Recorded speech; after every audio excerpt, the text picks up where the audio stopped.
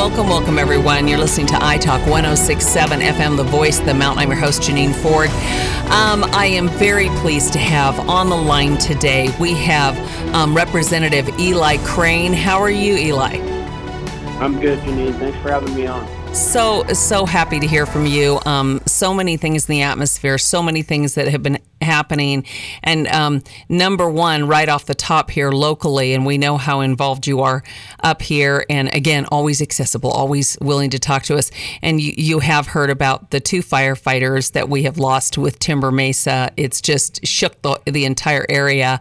And they have been identified. We have Brenna Kulikowski, yes, 31 years old, just a 3-year firefighter and paramedic, and Damon Thompson, just 21 years old, was just 15 days shy of finishing his first year with Timber Mesa Fire. So, gosh, just a hard time up here in the White Mountains, Congressman. Yeah, it is, and this one hits my family a little harder. A lot of people don't know, but Brenna was actually married to my brother-in-law for many years. And so I knew Brenna personally. She was a beautiful, lovely young woman, and she has a daughter. My dad and stepmom are actually headed to get her right now, and my condolences and prayers go out to these families, and it's just devastating. Wow, I had no idea that you have a relation. It's so hard. And our first responders, I mean, they give so much. Yesterday when they were moving their bodies to Flagstaff, I mean, the streets were lined with people. I bet it's a patriotic area, and it's one of the reasons I'm so proud to represent this area. I think it's, amazing that people of all walks of life, respect our first responders, whether they're police or, firemen, and, those folks every single day go out and make sure that, we're taken care of on our worst days. And so it's a really hard situation, and they just have my utmost respect. Yeah, and we do have to mention too that it's the accident is under investigation, and the other single occupant in the other vehicle died as a result of this collision as well, and so that's all being investigated. But so sad for the White Mountains. And now we're going to turn our attention, and I wanted to on another note and get your reaction to the assassination of Charlie Kirk. Yeah, obviously this was devastating. I think in many ways to a lot of the country, definitely heavy effect to the state of Arizona, where Turning Point has their headquarters, and Charlie spent a lot of his time. And this was also really devastating for me personally. Charlie's been a friend for many years, a mentor.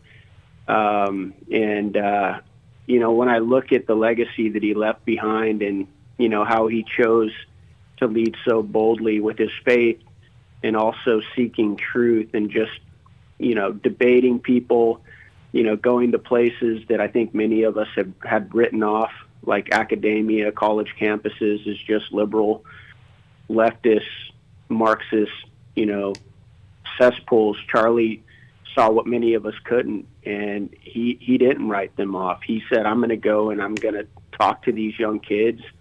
And I know when you talk to Charlie and listen to his interviews, it started out really slow. People hated him. They, assaulted him and his team several times. As you've seen his movement grow and his popularity grow, it got to the point where he was surrounded by hundreds and hundreds of supporters of patriotic, young Americans. And it was just really cool to see what, he was able to accomplish. And I know his legacy will live forever. And I will say, on a personal note, Jineane, Charlie was the type of guy. I remember a time in my first term in Congress where I was at a very low point, and Charlie was one of the first guys to call me and encourage me. And, stuff like that never makes the media, but that's just the type of guy that Charlie is, with everything that he had going on. all of the events that he had to do, his own family, he was the first to pick up a phone and encourage a brother. And, that goes a long way, because it's easy to support people, when they're high. It's, you really find out who your friends are, who picks up the phone when you're in a valley.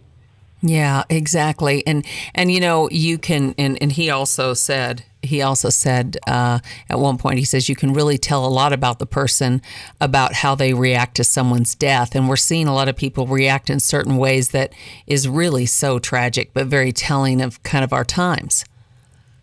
Yeah, it is. And, it's sad in many ways. I love to see the outpouring of just love and support for the family, for Turning Point and what they were doing, and for Charlie personally. But it's also disgusting at the same time to see so many people celebrating, the death of a guy who was, just wanting to talk to people. Right. And free speech. He said many times, if you go back and listen to his videos, he would talk about, violence, usually ensues when the sides quit talking to each other. And so that's one of the things that he was trying to do. And it's just so sad that so many of our youth have been radicalized through propaganda, and, just many of these, Marxist, socialist, communist movements in this country. And they'll sit there and they'll call a guy like Charlie Kirk a fascist, and yet then they'll applaud when he gets murdered. And there's nothing more fascistic than, eliminating, your political right. I mean, it's almost the definition of being a fascist, 100%. But I think the light there is that it's going to backfire. And that's what often happens. Darkness can overcome light, and you're seeing that right now. I mean, when you look at the amount of Turning Point chapters that have been initiated since Charlie was murdered, it's unbelievable how many young Americans and young college kids have said, this isn't the way. This isn't what you actually want to carry on what Charlie was doing. We want to start our own chapter here. I think I saw something, Jineane, that since Charlie had been murdered, there'd been like 18,000 new. Yeah, it's up to more than 30,000 chapter requests now at this moment. More than 30,000 chapter requests. Isn't that crazy? I appreciate the correction. Yeah, my information must be several days old, but it just goes to show, how powerful Charlie Kirk is, even in his death. Yeah, and young people up here, there was a group up at the Navajo County Fair this last weekend, and they heard 30-some kids sign up right there at the Navajo County Fairgrounds, all those extra kids, and I've had them in here. So that's going to be a beautiful result, and if a lot of us can carry this on. Now, what do you have to say about that? Just, calling the way, Republicans have been, we were mentioning just a minute when you say about the fascists, but Democrats calling out, Nazis, racists, bigots, white supremacists, threat to democracy. And after doing that for years and years, that violent rhetoric it gets into the minds of these kids that are, brainwashed and everything, whether it's on social media or wherever, that they are saving somebody or, they have to take out the fascists. It's so dangerous. No, it is so dangerous. And I think that, Stephen Miller from the White House said the other day that this administration is going to do everything it can to really tamp down and try and eliminate, many of these organizations that have become, radicalized and are promoting violence, towards, their political opponents. And so it's not just something, that we obviously we're going to continue to pray. We're going to continue to seek the Lord and, his peace and guidance in this. But there's also a role for, our Department of Justice. I think for far too long, individuals have been able to, promote violence. And I think that that's something that free speech is one thing, and we're all 100% in support of that. But you start crossing the line when you start promoting, violence. And I think that the Department of Justice is going to be looking into individuals that might have been accomplices with this young man that, murdered Charlie Kirk. But I think that, they're going to be looking at other individuals as well that are calling for continued violence on, political opponents and ideological opponents as well. I mean, it just, it makes me think of, like third world countries and different, this isn't, the United States of America. We need to stop. We need to stop all of this. Absolutely, we do. And, I've also seen some encouraging videos online as well of people that, hated Charlie Kirk, hated everything he stood for. But after seeing that just gruesome murder and assassination, and then, going back and watching, Kirk's videos and how, even when people would come up with an FU Charlie Kirk t-shirt or yell and scream at him, he would always make whatever point he was trying to make, but then he would do it with love, and he would usually say, "God bless you" at the end of it. And so I think that there's going to be a huge effect, a huge positive effect, in not only turning people to faith and turning people to Christ, but I think also politically, you're going to see a continued movement in this country, and with Turning Point and everything they're trying to do. And wow, Jineane, it was so amazing to see his wife Erica and how strong she was.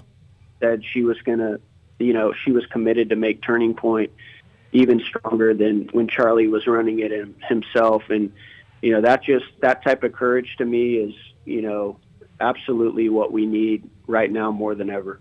Yeah, exactly. And if we can all just take a deep breath, mourn the way we need to mourn, do all the things and pray about it, and not none of us overreact on the other side, and 100%.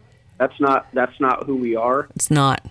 There's no, nobody. I haven't seen. Well, I'm not saying that there aren't people, calling, for things that are completely inappropriate, but I will not. And I'm gonna turn to the Lord, and I'm gonna call on people. I'm gonna call on people to to be victorious by carrying on Charlie's mission, and that was seeking truth, pointing others towards faith, but doing it peacefully and lovingly. Yeah, exactly. That's where we all need to be at. Okay, and I so appreciate you calling in and your thoughts and prayers and everything for our two firefighters and all of this. And of course, everybody, we're talking to Congressman Eli Crane, who represents our area here in Arizona as well. And are there any other thoughts and things that you'd like to share on this day? Well, we did just have a meeting with Dr. Oz this morning. And I know there's been some information put out there that, us passing the big, beautiful bill was going to be detrimental to rural hospitals. But I would like to report, in that bill, part of that bill was $50 billion to rural hospitals. And Dr. Oz was kind of going through with us how that's to be rolled out. I believe half of the money is going to go immediately to rural hospitals, and then the other half is, your governors and your state legislatures are going to have to apply for grants.